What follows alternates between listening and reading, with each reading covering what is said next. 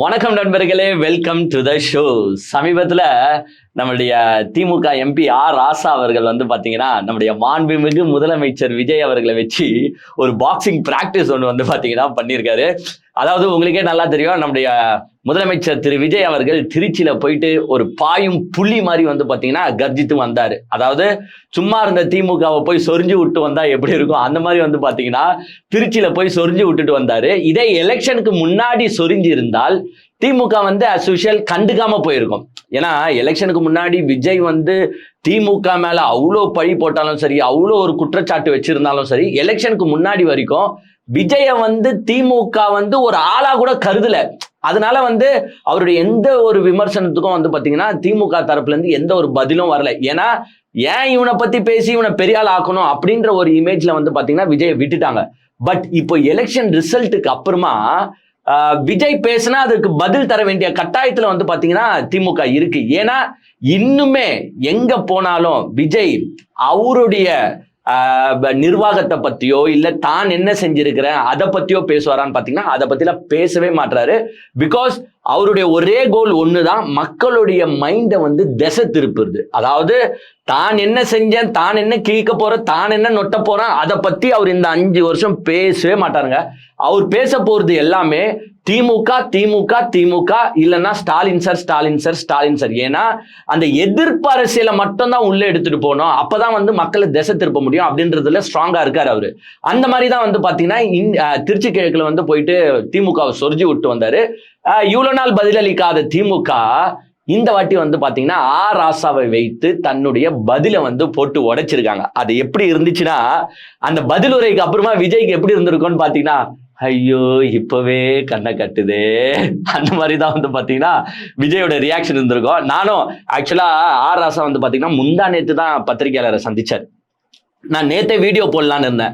But இருந்தாலும் நான் என்ன யோசிச்சேன்னா, இல்ல விஜய் ஃபயர் மோட்ல இருக்காரு, கண்டிப்பா விஜய் இதுக்கு தக்க பதிலடி கொடுப்பாரு. ஆர் ராசாவை எப்படி பிரிச்சு மேய போறாரு, திமுகவை எப்படி கதற விட போறாரு, திருச்சி கிழக்குல என்ன மாதிரி பேசினாரோ அதே மாதிரி பேசி கதற விடுவாரா, அதுக்கப்புறமா நம்ம ரெண்டுத்தையும் சேர்த்து வீடியோ போடலான்டான்ட்டு வெயிட் பண்ண. எங்க சத்தமே காணுங்க, மனுஷன் பேசவே இல்லை. அங்க ஒரு மனுஷன் அவ்வளோ பத்திரிகையாளர்களை கூப்பிட்டு அவங்க மத்தியில உக்காந்து அவரும் நம்ம இவரு RS பாரதியும் பாத்தீங்கன்னா உக்காந்து அவ்வளோ கேள்விக்கு பதில சொல்லியிருக்காங்க. இதுக்கு எதிர்த்தரப்புல இருந்து எதுனா ஒரு ரெஸ்பான்ஸ் வரும்னு பார்த்தா இந்த பின் டிராப் சைலண்ட் வாங்க பாத்தீங்களா, அந்த மாதிரி விஜய் பாத்தீங்கன்னா பின் டிராப் சைலண்ட்ல இருக்காரு. ஒன்னுத்துக்கும் பாத்தீங்கன்னா வாயை திறக்கல. அதாவது ஒரு பழமொழி இருக்கு, ஒருத்தன் வீட்டுல தான் சண்டை போடுவான். அதாவது குடிச்சிட்டு வந்தாலும் சரி, நிதானத்துல இருக்கும் போதும் சரி, வீட்டுல பொண்டாட்டிய போட்டு இந்த வடிவேலு காமெடிலாம் இருக்கும் பாருங்க, கோவை சார்லாவை போட்டு அச்சுன்னு இருப்பாரு பாருங்க, நான் யாரு தெரியுமா அப்படின்னு அந்த பொண்டாட்டிய போட்டு அடிப்பாரு பாருங்க. வீட்டுல வேணா அடிப்பாரு, ஆனா வெளியில போகும்போது சைலண்டா போட்டு. அதே மாதிரிதான் நம்ம விஜய் வெளியில பஸ் மேல ஏறினா போதும் அந்த ஆக்ரோஷ மோடுக்கு ஸ்டார்ட் ஆயிடுவாப்ல. ஏன்னா யாரும் கேள்வி கேட்க போறது இல்ல, ஆக்ரோஷ மோட்ல பறக்க விடுவாப்ல. ஆனா சட்டசபைக்கு போனா சொல்லுங்க எஜமான் அப்படின்ற மாதிரி உட்காருவாங்க பாருங்க சைலண்டா. வீடு சட்டசபை, வெளியில அவரோட மீட்டிங், அந்த மாதிரி பாத்தீங்கன்னா சைலண்டா உட்கார்ந்து இருக்காரு. இததான் ஆர் ராசா தெளிவா போட்டு எக்ஸ்பிளைன் பண்ணாருங்க. ஆனா அந்த ஒரு 25-30 நிமிஷம் பிரஸ் மீட்டை நீங்க எல்லாருமே முழுசா பார்க்கணும். ஏன்னா அவர் கிளாஸ் எடுக்கல, ஒரு ஒழுக்கத்தை பத்தியும் கத்து கொடுத்துருக்காரு. ஏங்க மெயினே இதுதான். அவரு அவ்வளோ டீட்டெயில்டா பேசினாலும் எனக்கு ரொம்ப பிடிச்ச விஷயம் என்னன்னா, ஏங்க ஒரு கான்ஸ்டியூஷன் படி, அதாவது ஒரு கான்ஸ்டியூஷனல் சேர்ல நீங்க உட்கார்ந்து இருக்கீங்க, ஒரு தேர்ந்தெடுக்கப்பட்ட முதலமைச்சரா உட்கார்ந்துட்டு இருக்கீங்க, நீங்க இந்த மாதிரி வார்த்தைகளை பயன்படுத்தலாமா? அதுனா நல்லா வந்துரும், வேணான்னு பாக்குறேன்.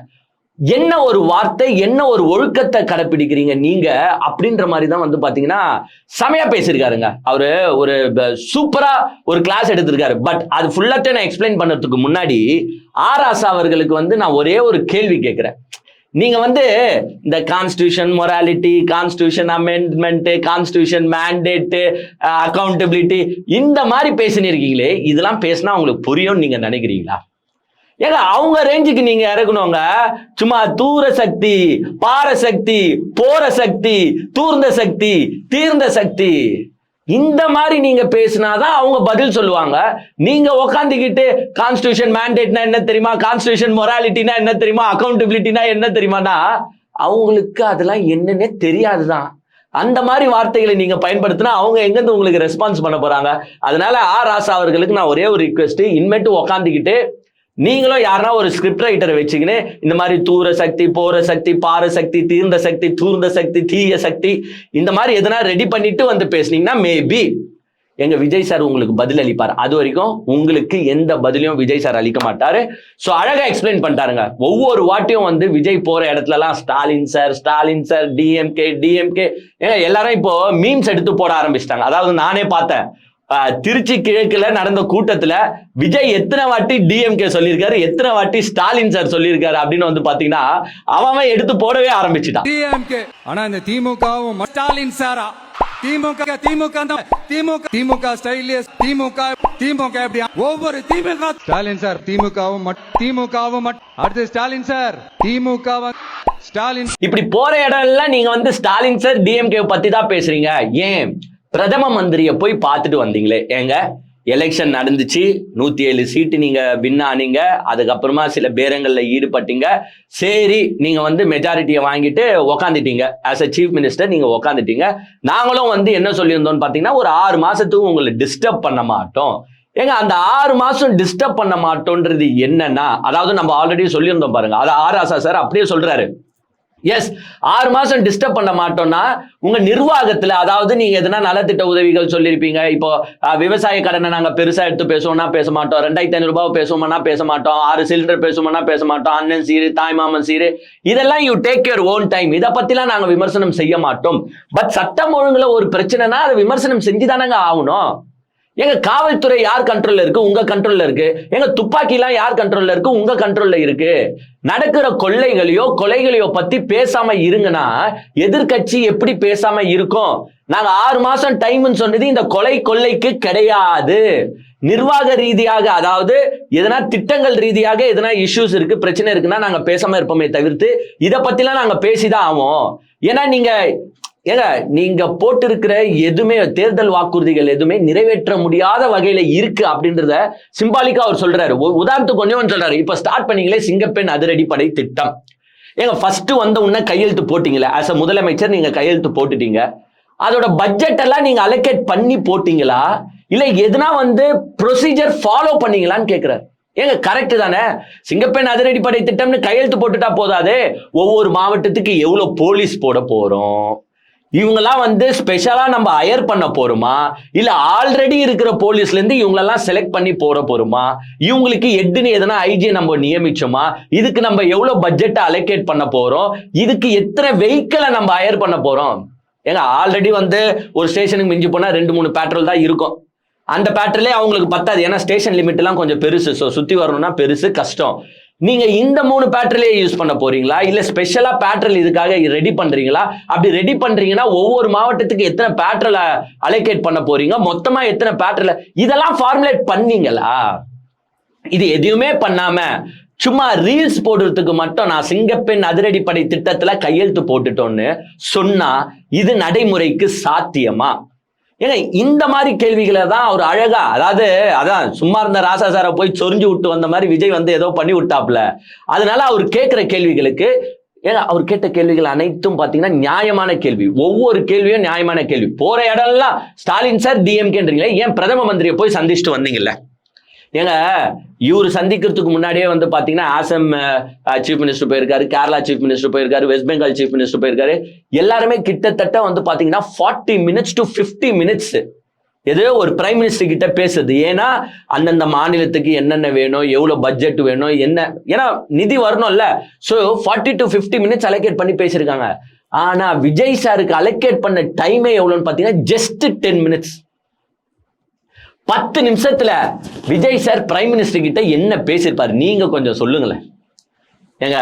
ஆல்ரெடி நம்மளுக்கு என்னன்னு தெரியும், இவர் எவ்வளவு பேச்சு திறமை வாய்ந்தவர், பேச்சு புலமை வாய்ந்தவர். தமிழ்நாடை பத்தி இவருக்கு என்ன தெரியும், பட்ஜெட்டை பத்தி என்ன தெரியும், நிதி நிலைமையை பத்தி என்ன தெரியும் விஜய் சாருக்குன்றது நம்ம எல்லாருக்குமே தெரியும். இவர் போய் அங்க பிரைம் மினிஸ்டர் கிட்ட என்ன பேசிப்பாரு? அதுவும் 10 நிமிஷத்துல முடிச்சிட்டீங்களே. as a சீஃப் மினிஸ்டர் நீங்க போயிருக்கீங்க. இப்போ இதுவே நீங்க as a ஒரு ஆக்டரா போயிருந்தா உங்ககிட்ட கேட்க வேண்டிய உரிமையே எங்களுக்கு இல்ல, அதுக்கு பதில் சொல்ல வேண்டிய நிர்பந்தத்திலயும் நீங்க இருக்க மாட்டீங்க. ஆனா நீங்க இப்போ போயிருக்கிறது எங்க 8 கோடி மக்கள் சார்பாக போயிருக்கீங்க, ஒரு பிரதிநிதியா போயிருக்கீங்க, எங்களை வந்து நீங்க ரிப்ரசன்ட் பண்றீங்க. அப்போ என்னதான் விஜய் சார் பிரைம் மினிஸ்டர் கிட்ட பேசுனீங்க அப்படின்னு கேட்கிற உரிமையும் எங்களுக்கு இருக்கு, சொல்ல வேண்டிய நிர்பந்தமும் உங்களுக்கு இருக்கு. அத பத்தி எதுனா திருச்சியில பேசுனீங்களா? போயிட்டு Stalin sir DMK, Stalin sir டிஎம்கேன்னு பேசுனீங்களே, ஏன் பிரைம் மினிஸ்டர் கிட்ட நான் இது போனேன், இதை பத்தி பேசினேன், இப்படி வந்தேன் சொல்ல வேண்டியது தானே? நிர்மலா சீதாராமனை சந்திச்சிருக்கீங்க, அதை பத்தி எதுனா பேச வேண்டியது தானே? 10 நிமிஷத்துக்குள்ள என்ன நடந்துச்சு, இதை கேட்கறது தப்பா அப்படின்னு ஆராசா கேட்கிறாரு. ஏங்க தப்பாங்க, நீங்க சொல்லுங்க.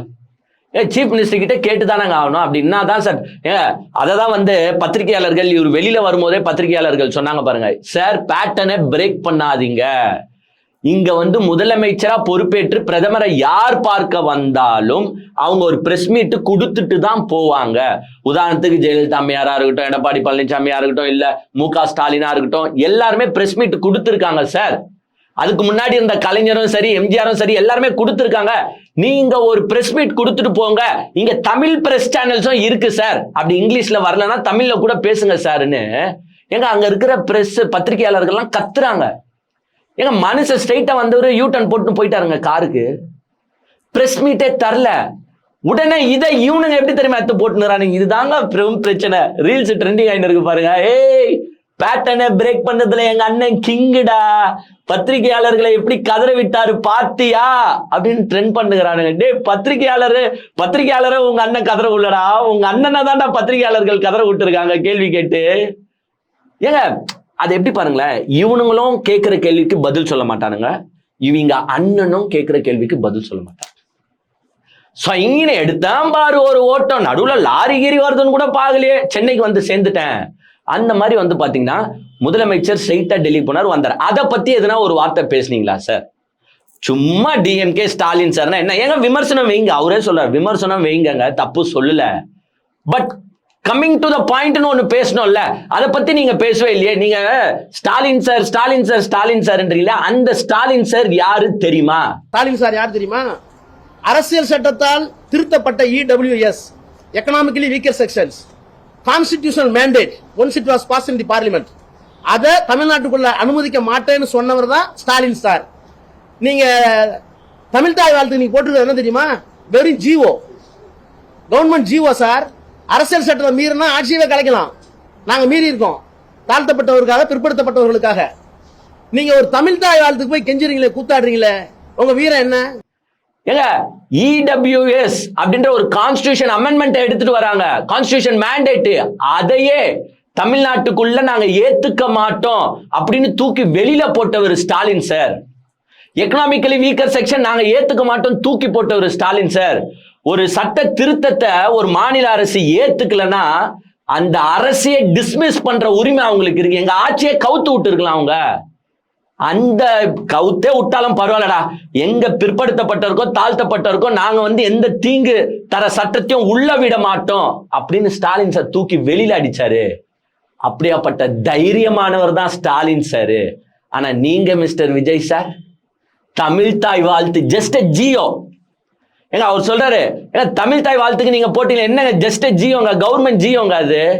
அதுக்கு முன்னாடி இருந்தவங்க எல்லாருமே பல ப்ரொசீஜர்ஸை ஃபாலோ பண்ணிருக்காங்க. அதை ஃபாலோ பண்ணுறதுக்கு கூட போய் கை கட்டிங்க நிற்கிறீங்களே, உங்க ஆளுமை திறமை இதுல இருந்து தெரியுதா?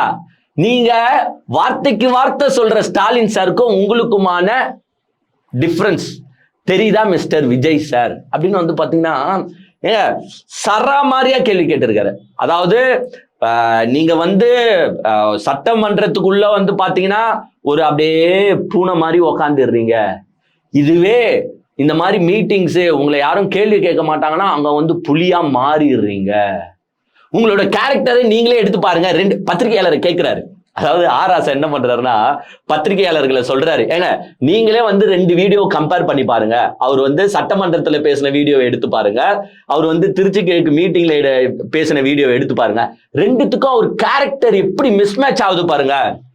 இதுல வந்து அம்பியா இருந்திருக்காரு, இதுல வந்து அந்நியனா இருந்திருக்காரு. ஏங்க முழுசா மாறின சந்திரமுகி இப்ப பாக்குறியா அப்படின்ற மாதிரி தான் வந்து பாத்தீங்கன்னா அம்பி அந்நியனா மாறின மாதிரி கேரக்டரு, டோனு, பாடி லாங்குவேஜ். அதுதான் ஃபர்ஸ்டே சொன்னார் பாருங்க, ஒழுக்க கிளாஸ் எடுத்திருக்காரு.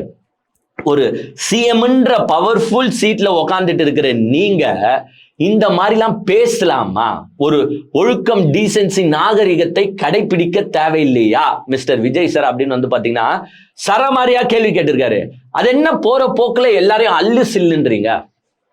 ஏதோ அவர் சொன்ன வார்த்தைய அப்படியே மீன் பண்றாருங்க. அவர் அல்லு சில்லுன்றது யாருன்னு உங்களுக்கே நல்லா தெரியும். அதிமுகவை குறிப்பிட்டு சொல்றாரு, அல்லு சில்லு மற்ற பிற கட்சிகள், அல்லு சில்லு மற்ற பிற கட்சிகள்னு சொல்றீங்களே, அந்த அல்லு சில்லு வீட்டுகளுக்கு தேடி போய் நின்னீங்களே, அப்ப அவங்க யாரா இருந்தாங்க?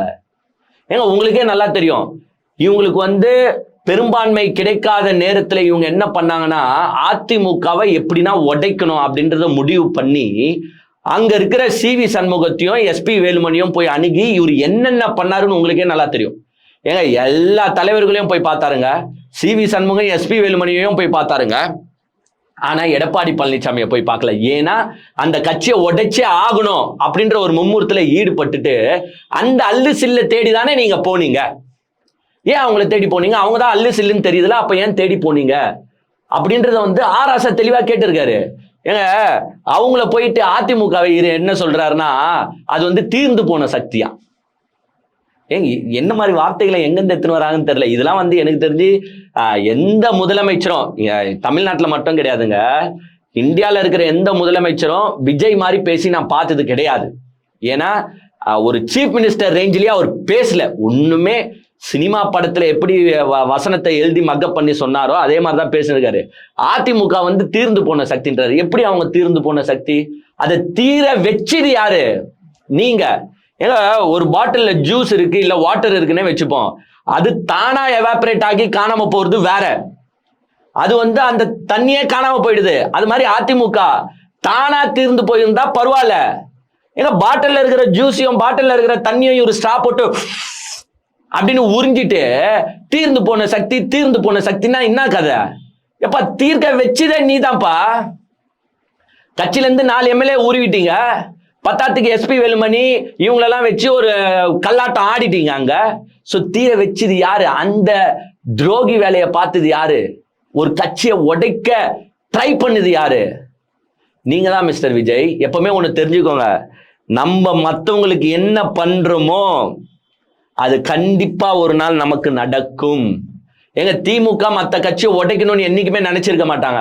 ஆனா அதிமுக 2011 ஆட்சிக்கு வந்த பிறகு தேமுதிகன்ற ஒரு கட்சியை காலி பண்ணணும்னு நினைச்சாங்க. ஏன்னா விஜயகாந்த் வந்து அந்த அப்போ ஆப்போசிஷன்ல இருக்காரு. ஆப்போசிஷன்ல இருக்கும்போது அம்மையாரை எதிர்த்து பல கேள்விகள் கேட்டுட்டாரு. நீங்களே அப்பெல்லாம் பார்த்திருப்பீங்க சட்டமன்றத்துல நடந்த காரசார விவாதத்தெல்லாம். அப்போ உடனே ஜெயலலிதா என்ன பண்றாங்கன்னா அந்த கட்சியை உடைக்கிறதுக்காக அங்க இருக்கிற எம்எல்ஏவெல்லாம் தூக்குறாங்க. அதுக்கப்புறமா தான் வந்து பாத்தீங்கன்னா தேமுதிகவே அப்படியே தடுமாறிடுச்சு. கேப்டனே வந்து நில கொலைஞ்சு போனாருன்னு சொல்லலாம் அந்த டைம்ல. என்னடா நம்மளை நம்பி ஜெயிச்ச எம்எல்ஏ எல்லாம் நம்மளை விட்டு போறாங்களே அப்படின்ற மாதிரி செதஞ்சு போய் தான் அவருக்கு உடம்பு சரியில்லாமையும் போச்சு. பிளஸ் அந்த கட்சி கொஞ்சம் டவுன் ஆனதுக்கு காரணமே அப்பத்தி பிளவு தான். ஸோ அதிமுக தேமுதிக உடைச்சிச்சு. இன்னைக்கு தாவேகா அதிமுக உடைக்குது. நாளைக்கு தாவேகாவை ஒருத்தர் உடைக்காமையா இருப்பாரு? ஏன் ஆதவர்ஜுனே உடைக்கலாம், யாருக்கு தெரியும்? அதெல்லாம் போற போக்குல நடக்கும் போது எல்லாமே நடக்கும். சோ நம்ம ஒருத்தருக்கு என்ன செய்யறோமோ அது கண்டிப்பா நமக்கு நடந்தே ஆகும். அததான் வந்து ஆராசா வந்து பாத்தீங்கன்னா நீங்க அல்லு சில்லுன்னு என்ன மாதிரி டாக்ஸ் இது அப்படின்ற மாதிரி கேட்கிறாரு.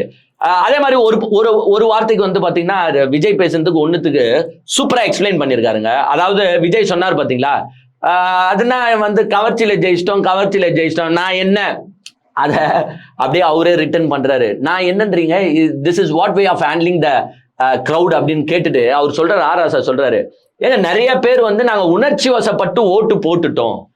ஏங்க உங்களுக்கே நல்லா தெரியும், நான் என் பேரன் சொல்லி ஓட்டு போட்டேன், என் பேத்தி சொல்லி ஓட்டு போட்டேன், என் அக்கா சொல்லி ஓட்டு போட்டேன், இப்படின்னு தான் வந்து பாத்தீங்கன்னா உங்களுக்கு அபவுட் 50% 60% ஆஃப் த கிரௌட் ஓட்டு போட்டுருக்காங்க. சோ உணர்ச்சி வசத்துல சில பேர் ஓட்டு போட்டோம்னு சொல்லும் போது கவர்ச்சியால ஓட்டு போட்டுட்டாங்க அப்படின்னு சொல்லி இந்த சமுதாயத்தை திருத்த வேண்டிய கட்டாயத்துல நாங்க இருக்கிறோங்க. ஏங்க யாருன்னா ஒருத்தர் ஆச்சு, ஏங்க விஜய் சூப்பரா பேசினாருங்க அதனால நான் ஓட்டு போட்டேங்க, யாருன்னா ஒருத்தர் சொல்லியிருக்காங்க? ஏங்க விஜய் எவ்வளவு போராட்டம் மக்களுக்காக பண்ணிருக்காருங்க அதனால நான் அவருக்கு ஓட்டு போட்டேங்க, யாருன்னா ஒருத்தர் சொல்லியிருக்காங்களா? நீங்களே சொல்லுங்களேன்.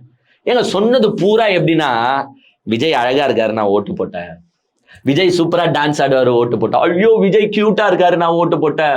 ஐயோ விஜய் ஆட்டு விட்டாரு, நான் ஓட்டு போட்டேன். இப்படித்தானே போட்டு இருக்காங்க. சோ நாங்க மீன் பண்ணி கவர்ச்சியால மக்கள் ஓட்டு போட்டிருக்காங்க. அதை அவங்களுக்கு நம்ம நல்லா சொல்லி கொடுத்து அவங்கள மனம் மாற்றணும் அப்படின்னு ஒரு விமர்சனம் வைக்கிறது ஒன்றும் தப்பு கிடையாது. பட் அதுக்காக நீங்க யூஸ் பண்ண பாடி லாங்குவேஜும் வேர்ட்ஸும் 185 சீட்டு பிடிச்சிட்ட மாதிரி கை காலெல்லாம் ஆட்டிட்டு பேசுறீங்களே, கை இப்படி போகுது இப்படி போகுது. நான் என்ன கேட்கிறேன், சட்டமன்றத்தில் எங்க போச்சு உங்க கை? பேப்பர் வச்சுட்டு பேசிட்டு என்ன அர்த்தம்? ஏன் பவுனீங்க? எதிர்கட்சி தலைவர் மாண்புமிகு உதயநிதி ஸ்டாலின் கேட்ட கேள்வி உங்களால ஏன் பதில் சொல்ல எதிர்கொள்ள முடியல? உங்க பாடி லாங்குவேஜ் எங்க போச்சு அன்னைக்கு? அவர் பச்சையா ஒரே வார்த்தையில சொல்லி முச்சிருக்க வேண்டியதுங்க. இது ஏங்க நீங்களாம் ஒரு சீஃப் மினிஸ்டரான்னு கேட்கிற மாதிரி கேட்டுட்டாரு. அப்படி கேட்டுருந்தா ஒரே அசிங்கமா போச்சு குமார் அப்படின்ட்டு தான் விஜய் ஃபீல் பண்ணி உக்காந்து இருக்கணும். நிறைய எடுத்துட்டு போயிட்டு அழகா எக்ஸ்பிளைன் பண்ணி நானும் விஜய் தரப்புல இருந்து ஒரு பதில் வரும்னு பார்த்தா ஒரு பதிலும் வரலங்க. ஏங்க ஆக்சுவலா விஜய் சார நம்மளே ஒரு கேள்வி கேட்கலாம். ஏங்க மேடையில நின்னுகிட்டு தற்குறின்னு எங்களை சொல்றாங்க அப்படின்னு விஜய் சொல்றாரு. ஏங்க நீங்களே நல்லா எடுத்து பார்த்துக்கோங்க, இந்த 1 வருஷம் 2 வருஷத்துல தற்குறின்ற வார்த்தையை யார் அதிகமா யூஸ் பண்ணிருப்பாங்கன்னு பார்த்தா விஜய் சார் தான். ஏங்க நீங்களே சொல்லுங்களேன், முன்னாள் முதலமைச்சர் மு.க. ஸ்டாலின் எங்கன்னா ஒரு இடத்துல தற்குறின்ற வார்த்தையை யூஸ் பண்ணி நீங்க பாத்தீங்களா? இல்லங்க. இப்போத்தி எதிர்கட்சி தலைவர் உதயநிதி ஸ்டாலின் ஆட்சி எங்கன்னா ஒரு இடத்துல தற்குறின்ற வார்த்தையை யூஸ் பண்ணி நீங்க பாத்தீங்களா? இல்ல. திமுக இருக்கிற மேல்மட்ட தலைவர்கள் யாருன்னா ஒருத்தர் தற்குறின்ற வார்த்தையை யூஸ் பண்ணி நீங்க பாத்தீங்களா? எங்க யாருமே யூஸ் பண்ணல. எங்களை மாதிரி யூடியூபர்ஸ் தற்குறின்னு யூஸ் பண்றோம். பிகாஸ் இவங்க நடந்துக்கிற விதத்தை நாங்க ரிஃப்ளெக்ட் பண்ற விதமா தற்குறின்னு சொல்றோம். பட் திமுக தலைமையில இருந்து யாருமே தற்குறின்னு சொல்ல.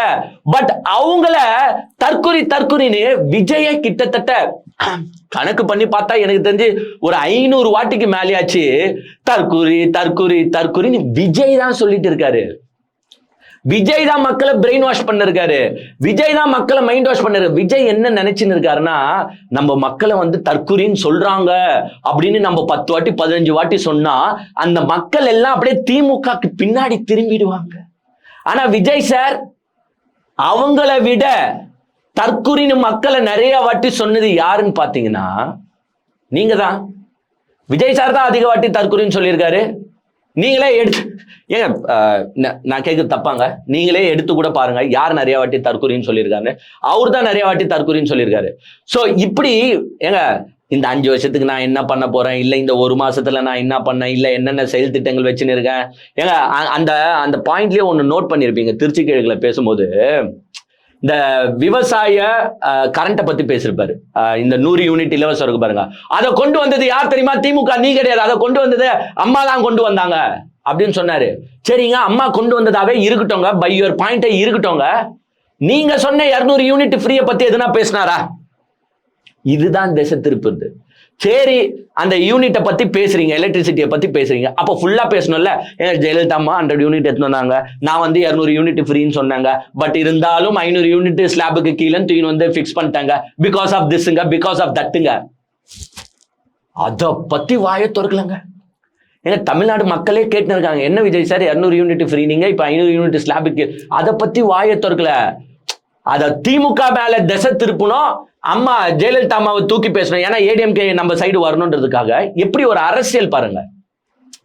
இதெல்லாம் தான் நடிகரின் அரசியல் அப்படின்னு சொல்லுவாங்க. அதை அவர் மீன் பண்ணி கலாச்சிட்டு போறாரு. அதே மாதிரி இபியை பத்தி பேசுறாரு. ஏங்க கரண்ட் இல்லைன்னு தமிழ்நாட்டு மக்களே தத்தளிச்சுன்னு இருக்காங்க. அதுக்கும் திமுக தான் காரணம்னா என்ன அர்த்தம்? ஏங்க ஏப்ரல் மாசத்துலயும் மே மாசத்துலயும் மக்கள் அதிகப்படியா கரண்ட் யூஸ் பண்ணுவாங்கன்னா எஸ் யூஸ் பண்ணுவாங்க தான், because of the summer season. அப்ப ஆளுகின்ற அரசாங்கம் என்ன பண்ணணும்னா லாஸ்ட் டைம் டேட்டாஸ் எடுத்து பாருங்க. கருணாநிதியா இருந்தாலும் ஜெயலலிதா என்ன பண்ணாங்கன்னு பாப்பாரு, ஜெயலலிதா இருந்தாலும் கருணாநிதி என்ன பண்ணாருன்னு பாப்பாங்க, ஸ்டாலினா இருந்தாலும் எடப்பாடி என்ன பண்ணாருன்னு பாப்பாங்க. சோ லாஸ்ட் இயர் டேட்டாவோ கண்டினியூஸ் டேட்டாவோ எடுத்து பார்த்து இந்த மாசத்துக்கு நம்மளுக்கு எவ்வளவு ரிக்வயர்மெண்ட் இருக்கு, ஏங்க அதிகமா பே பண்ணனாலும் பே பண்ணி வாங்கி தான் ஆகணும், வேற வழி கிடையாது, ப்ரொக்யூர் பண்ணி தான் ஆகணும். இந்த மாதிரி தான் அரசாங்கங்கள் செயல்படும். இதுவரைக்கும் இப்படிதான் செயல்பட்டுட்டு வந்தாங்க. பட் விஜய் சார் நீங்க என்ன பண்ணீங்க? இத அவர் எப்படி சொல்றாருன்னா இன்னெபிலிட்டி, இவங்களால அரசாங்கமே நடத்த முடியாது, ஒரு இன்னெபிலிட்டி சீஃப் மினிஸ்டர் தான் அவர் மீன் பண்றாரு. கரெக்ட் தானேங்க? ஏங்க இப்படிதானே உலகம் இயங்கிட்டு வருது. இப்போ ப்ரொக்யூர் பண்ணி வைக்கணும் இல்லைங்க. இப்போ நம்ம டிசம்பர் மாசம் யூஸ் பண்ற எலக்ட்ரிசிட்டியா வந்து நம்ம மேலையும் ஜூன்லையும் யூஸ் பண்ணிருக்கோம். டிசம்பர் மாசம் குளிர்காலம், கொஞ்சம் கம்மியா யூஸ் பண்ணுவோம். இதே ஏப்ரல் மேல எல்லாம் வந்து பாத்தீங்கன்னா உங்களுக்கு ஜாஸ்தி ஆயிடும். அந்த அளவுக்கு கவர்மெண்ட் ப்ரொக்யூர் பண்ணி வைக்கணுமா இல்லையா? அதெல்லாம் விட்டுட்டு இவர் வந்து உக்காந்துக்கிட்டு இபி பிரச்சனையா, திமுக தான் காரணம். உங்க வீட்டு குழால தண்ணி வரலையா, திமுக தான் காரணம். உங்க வீட்டு சாக்கடையால ஆள் வரலையா, திமுக தான் காரணம். ரோடு சரியில்லையா, திமுக தான் காரணம். இப்படி பழிக்கு மேல பழி போட்டுட்டு போகாதீங்க. அதுலயும் இன்னொன்னு அல்ட்டி பண்ணாருங்க. அதாவது இப்போ கர்நாடகாவோட முதலமைச்சரா இருக்காரு பாருங்க, DK சிவகுமார். அவர் என்ன சொல்லியிருக்காருன்னா, மேகதாது அணையை நாங்க கட்டுறதை யாராலையும் ஸ்டாப் பண்ண முடியாது, நாங்க அந்த அணையை கட்டி தான் தீருவோம். எங்களுக்கு வந்து திமுகவும் ஸ்டாலினும் இருக்கும்போதுதான் இது பிரச்சனை. ஏன்னா எது கேட்டாலும் சண்டைக்கு வந்துருவாங்க. இப்ப இருக்கிறது விஜய் தான், அவரெல்லாம் நாங்க ஒரு ஆளாவே மதிக்கல, எங்களுக்கு எந்த பிரச்சனையும் இல்லை, நாங்க கட்டினே தான் இருப்போம். ஏங்க அதை வச்சு கலாய்க்கிறாரு. மிஸ்டர் விஜய் சார் உங்களை தான் சொல்றாரு, நீங்களாம் ஒரு ஆளே இல்லை அப்படின்ற ரேஞ்சில தான் DK சிவகுமார் பேசியிருக்காரு. திமுகவும் ஸ்டாலின் தான் எங்களுக்கு பிரச்சனை, பட் இனிமேட்டு அதுவும் பிரச்சனை இல்லை, பிகாஸ் அவங்க ஆட்சியில இல்ல. இதுக்கு என்ன பதில் சொல்ல போறீங்க? ஏங்க அவரு அந்த மாதிரி ஒரு அறிக்கை விட்டாரு பாத்தீங்களா, DK சிவகுமார் ஒரு அறிக்கை விட்டாரு, நாங்க மேகதாது அணையை கட்டி தான் ஆவோன்ட்டு. இதை எதிர்த்து விஜய் சார் எதனா பேசினாரா, எதனா சொன்னாரா? ஏங்க ஒண்ணுமே சொல்லலங்க. சோ நிர்வாக ரீதியாக எதுனா பிரச்சனை இருக்கு, எதனா நம்ம சேஞ்ச் பண்ணோம், அதை பத்திலாம் எதனா பேசுவாரானா? எதுவுமே பேசல. சட்டமன்றத்துல எதனா பேசுவாரானா? பேச மாட்டாரு. ஆனா இந்த மாதிரி ஒரு 2 மாசத்துக்கு ஒரு வாட்டியோ 3 மாசத்துக்கு ஒரு வாட்டியோ கூட்டுன்னு போய் பஸ்ல நிக்க வச்சு மீட்டிங் போட்டுட்டு இந்த மாதிரி வீரவசனம் பேசுறோம். ஆக்சுவலா இவர் யாரை ஏமாத்துறாருன்னு பாக்குறீங்கன்னா, ஏங்க இவருக்கு ஓட்டு போடாதவங்கள இவர் ஏமாத்தல. ஏங்க ஒன்னே ஒன்று சொல்லிக்கிறேன், இவருக்கு ஓட்டு போடாதவங்களாம் இவர் மேல நம்பிக்கை இல்லாம ஓட்டு போடல. பட் இவர் இப்ப யாரை ஏமாத்தின்னு இருக்காருன்னா, ஓட்டு போட்ட மக்களே ஏமாத்தின்னு இருக்காரு. அதாவது அந்த மக்களுக்கே வந்து இவரே புரிய வச்சிடுறாரு, ஏங்க என்னால எதுவுமே செய்ய முடியாதுங்க, நீங்க என்ன ஒண்டி செலக்ட் பண்ணதுக்கு சந்தோஷப்படுங்க, அவ்வளவுதான். மக்களை முட்டாளாக்கின்னு இருக்காரு. வேற எதுவுமே விஜய் லாஸ்ட் வரைக்கும் செய்யல. சோ நம்ம ராசா அவர்கள் அந்த பேட்டியை நீங்க எல்லாருமே எடுத்து பாருங்க, எல்லா சேனல்லையும் வந்து பாத்தீங்கன்னா அது வந்திருக்கு. நீங்க எடுத்து பார்த்தாலே தெரியும் எவ்வளவு அழகா பங்கமா வந்து பாத்தீங்கன்னா இவரை கலாச்சிட்டு போயிருக்காருன்னா. பட் இது இனிமேல் தொடரும். ஏங்க நம்ம பண்ண ஒரே பிரச்சனை என்னன்னா, விஜய பத்தி யாருமே பேசலங்க. ஏங்க இப்போ சைட்ல வந்து ஏடிஎம்கேவும் பேச ஆரம்பிச்சிட்டாங்க. இனிமேட்டு திமுகவும் எஸ் கொஞ்சம் வந்து ஒரு பிரீத்திங் சாரை தருவாங்கன்னு வச்சுக்கோங்க. அந்த பிரீத்திங் ஸ்பேஸை கொடுத்து இன்னொரு 1 மாசங்க, இன்னையோட 1 மாசம், இன்னைக்கு ரிசல்ட் வந்து 1 மாசம் ஆகுது. இன்னொரு 1 மந்த் 2 மந்த் 3 மந்த் கழிச்சுலாம் ஏங்க ஒவ்வொன்றுத்துக்கும் பதிலடி வந்து கொண்டே இருக்கும். அதை விஜய் சார் சமாளிக்கணும். இன்னுமே சிங்கப்பெண் அதிரடிப்படை திட்டம் என்ன ஆச்சுன்னே தெரியல. அதை பத்தியாச்சு எதுனா பேசினாராங்க? ஏங்க இவ்வளவு கொலைகள் நடந்துட்டு இருக்குன்னு தெரியும், யா மேல பழிய போறீங்கன்னு மட்டும் சொல்றீங்களே, அந்த சிங்கப்பெண் அதிரடிப்படை திட்டம் என்ன ஆச்சுன்னு தானே கேட்டுன்னு இருக்கும். எங்க டெய்லி நீங்க நியூஸ் எடுத்து பாருங்க, எங்கன்னா ஒரு கொலை, பாலியல் வன்கொடுமை நந்துன்னு தான் இருக்கு. இதெல்லாம் தடுக்கணுமா இல்லையா? தடுக்கணும்ன்ற ஆசையாச்சு இருக்கா இல்லையா? இல்ல அது நடந்தா நடந்து போட்டோயா, நம்ம லாஸ்டா என்ன செய்ய போறோம், எல்லாத்தையும் தூக்கி திமுக மேலதானே பழிய போட போறோம் அப்படின்னு சொல்லிட்டு பழிய போட போறீங்களா? என்னமோ எல்லாத்தையும் பொறுத்து இருந்து பார்ப்போம். பட் விஜய் சாருக்கான பதிலடி திமுக தரப்புல இருந்து இனிமேட்டு கண்டினியூஸா வந்துனே தான் இருக்கும்னு நினைக்கிறேன். எல்லாத்தையும் பொறுத்து இருந்து பார்ப்போம். விஜய் சார் சும்மா இருக்கிறவங்கள போய் சீண்டி விட்டுறாதீங்க. ஏங்க நான் கூட சொல்றேன், விமர்சனம் செய்யலாங்க, பட் இப்ப நம்ம சீஃப் மினிஸ்டர் ஆயிட்டோம். சீஃப் மினிஸ்டர் ஆன பிறகு நம்ம வேலைகளையும் செய்யணும் இல்லைங்க. அவரு பேசுறத பாருங்களேன், தூர சக்தி, போற சக்தி, பார சக்தி, தீர்ந்த சக்தி, தூர்ந்த சக்தி. அதுதான் வந்து நம்ம ஆராசா சென்டர் கேட்டாரு, அப்ப நீங்க என்ன நாரசக்தியான்ட்டு.